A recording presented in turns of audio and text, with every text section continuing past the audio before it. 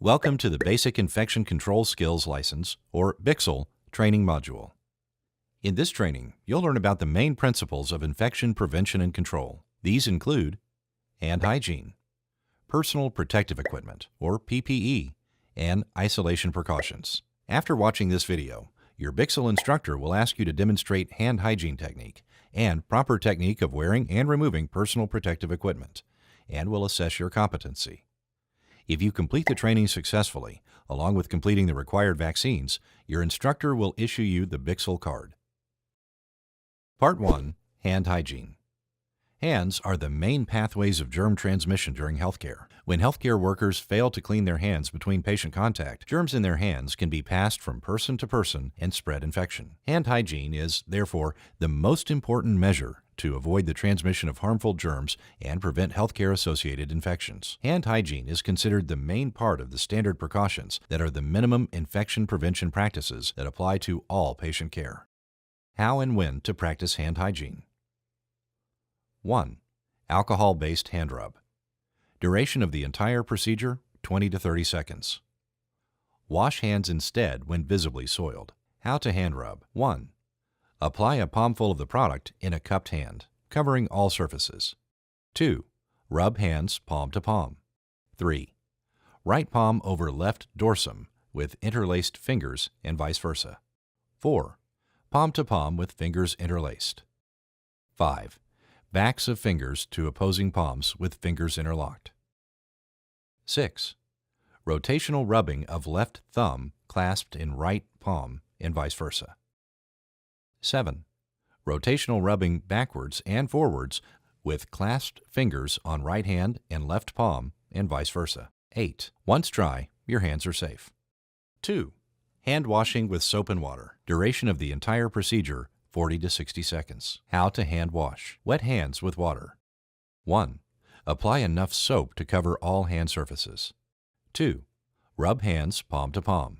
3. Right palm over left dorsum with interlaced fingers and vice versa. 4. Palm to palm with fingers interlaced. 5. Backs of fingers to opposing palms with fingers interlocked. 6. Rotational rubbing of left thumb clasped in right palm and vice versa. 7. Rotational rubbing backwards and forwards with clasped fingers of right hand in left palm and vice versa. 8. Rinse hands with water. 9. Dry hands thoroughly with a single-use towel. 10. Use towel to turn off faucet. 11. Your hands are now safe. When hands should be cleaned. 5 moments for hand hygiene. Moment 1. Before touching a patient. Why? To protect the patient against colonization and, in some cases, against exogenous infection by harmful germs carried on your hands. When? Clean your hands before touching a patient when approaching him or her. Moment 2. Before clean or aseptic procedure. Why? To protect the patient against infection with harmful germs, including his or her own germs, entering his or her body. When? Clean your hands immediately before accessing a critical site with infectious risk for the patient. For example, a mucous membrane, non-intact skin, an invasive medical device. Moment 3. After body fluid exposure risk. Why? To protect you from the colonization or infection with patients' harmful germs and to protect the healthcare environment from germ spread. When? Clean your hands as soon as the task involving an exposure risk to bodily fluids has ended and after glove removal. Moment 4. After touching a patient. Why? To protect you from colonization with patient germs and to protect the healthcare environment from germ spread. When? Clean your hands when leaving the patient's side, after having touched the patient. 5. After touching patient surroundings. Why? To protect you from colonization with patient germs that may be present on surfaces or objects in patient surroundings, and to protect the healthcare environment against germ spread. When? Clean your hands after touching any object or furniture when leaving the patient's surroundings, without having touched the patient. Part 2.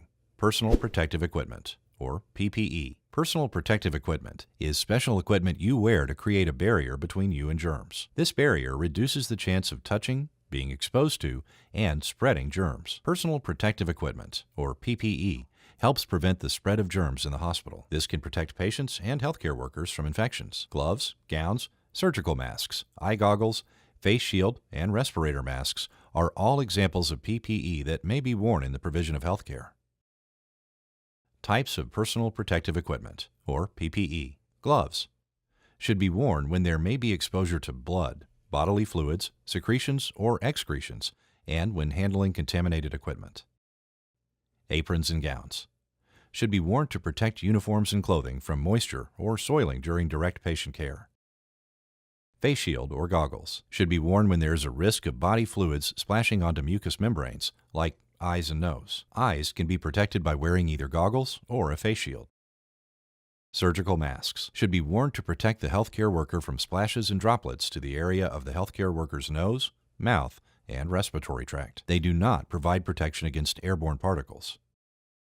Donning and doffing of personal protective equipment, or PPE. First, sequence for putting on personal protective equipment, or PPE. 1. Gown. Fully cover torso from neck to knees, arms to end of wrists, and wrap around the back. Fasten in back of neck and waist.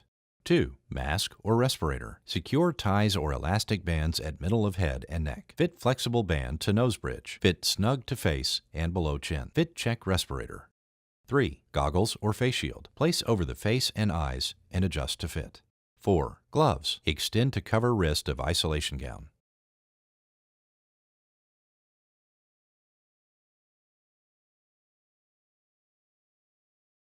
One. Gloves. Outside of gloves are contaminated. Using a gloved hand, grasp the palm area of the other gloved hand and peel off first glove. Hold removed glove in gloved hand. Slide fingers of ungloved hand under the remaining glove at wrist and peel off second glove over first glove.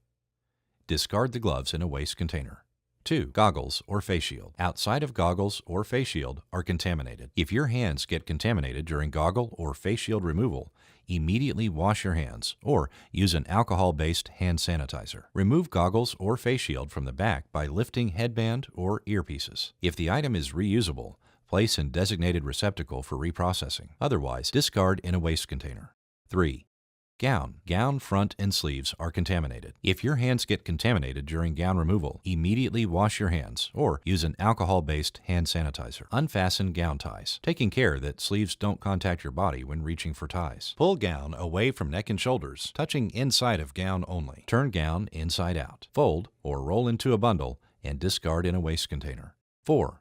Mask or respirator. Front of mask or respirator is contaminated. Do not touch. If your hands get contaminated during mask or respirator removal, immediately wash your hands or use an alcohol-based hand sanitizer. Grasp bottom ties or elastics of the mask or respirator, then the ones at the top, and remove without touching the front. Discard in a waste container. 5. Wash hands or use an alcohol-based hand sanitizer immediately after removing all PPE. Transmission-based precautions. Droplet precautions. This patient suffers from flu. People with flu can spread it to others within 1 to 2 meters away. Droplet transmission of flu viruses spread mainly by droplets made when people with flu cough, sneeze, or talk. These droplets can land in the mouths or noses of people who are nearby or possibly be inhaled into the lungs. Examples of diseases transmitted by large droplets include influenza, meningococcal meningitis, and pertussis. Precautions must be implemented to prevent droplet transmission. Implementation of droplet precautions. The patient should be placed in a single room if available, and the door can remain open. If single rooms are not available, patients who are infected or colonized with the same microorganism may share a room. Staff should wear a surgical mask when within 1 meter of the patient. In addition, the staff should perform hand hygiene prior to entering and immediately after leaving the patient's room. Airborne precautions. This patient suffers from open pulmonary tuberculosis. TB bacteria are spread through the air from one person to another. Airborne transmission occurs when the bacteria or viruses travel on dust particles or small respiratory droplets that may become aerosolized when some people sneeze, cough, laugh, or exhale. They hang in the air much like invisible smoke. They can travel on air currents over considerable distances. Examples of diseases transmitted by airborne routes include tuberculosis, measles, and chickenpox. Precautions must be implemented to prevent airborne transmission. Implementation of airborne transmission. Patients with a suspected or confirmed airborne infectious disease should be isolated in a negative pressure room. Pressure differentials should be monitored daily when the room is in use. Healthcare workers should wear appropriately fit-tested N95 respirator upon entering the room. The respirator should be removed outside the patient room after use, followed by hand hygiene. Contact precautions. This patient has a wound infected with a multi-drug resistant organism. This type of infection can spread by touching the patient or infected surfaces in the room. Examples of diseases that can be transmitted through direct or indirect contact include gastrointestinal infections, including diarrhea of unknown origin, wound and skin infections, such as impetigo, and colonization with multi-drug resistant bacteria, such as methicillin-resistant Staphylococcus aureus, or MRSA. Precautions must be implemented to prevent contact transmission. Implementation of contact precautions. The patient should be placed in a single room if available, and the door can remain open. If single rooms are not available, patients who are infected or colonized with the same microorganism may share a room. Staff should wear a long-sleeved gown and gloves for all interactions that may involve contact with the patient or the patient's environment. In addition, the staff should perform hand hygiene prior to entering and immediately after leaving the patient's room.